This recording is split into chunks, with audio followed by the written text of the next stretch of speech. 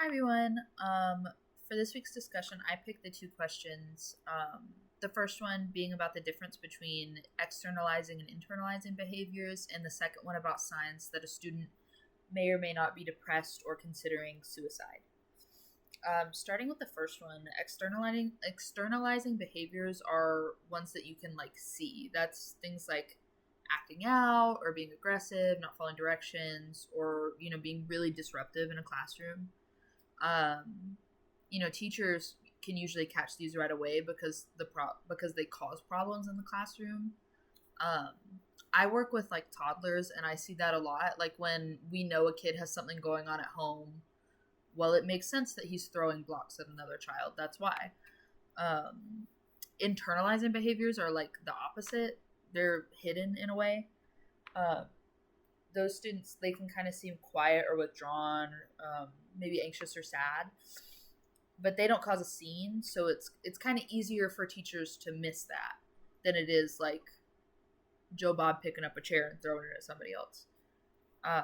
So externalized behaviors are like loud, and internalizing ones are quiet, but they're both signals that something else is happening. And it's really important to try and keep an eye for both.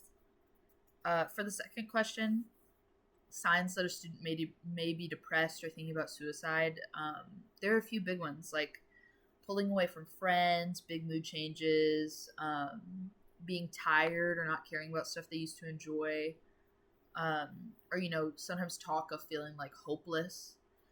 Um, Sometimes it's small things like saying I don't want to be here anymore, or giving away stuff that matters to them. um, in Who Cares About Kelsey, you could see that she had a lot of those signs. She struggled with anger, self-harm, and tried to stay in control of herself, like her emotions. um, and what really stood out to me was how she started to turn things around when people at school listened to her and cared instead of writing her off as a problem kid. It kind of connects back to some other stuff we talked about, like when you set an expectation for somebody, um, you're capping them. So if you write somebody off as a problem kid, they're not going to feel any better about themselves. Um, but yeah, that support made a really big difference for her. So to close up, my question for you guys is what do you think is harder for teachers to recognize? Externalizing or internalizing behaviors? And how, this is a question I ask myself a lot.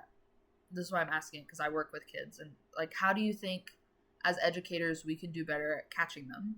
Because I always find myself asking that question when I see a student who's struggling. How can I see this sooner? What can I do to help? Yeah. Thank you.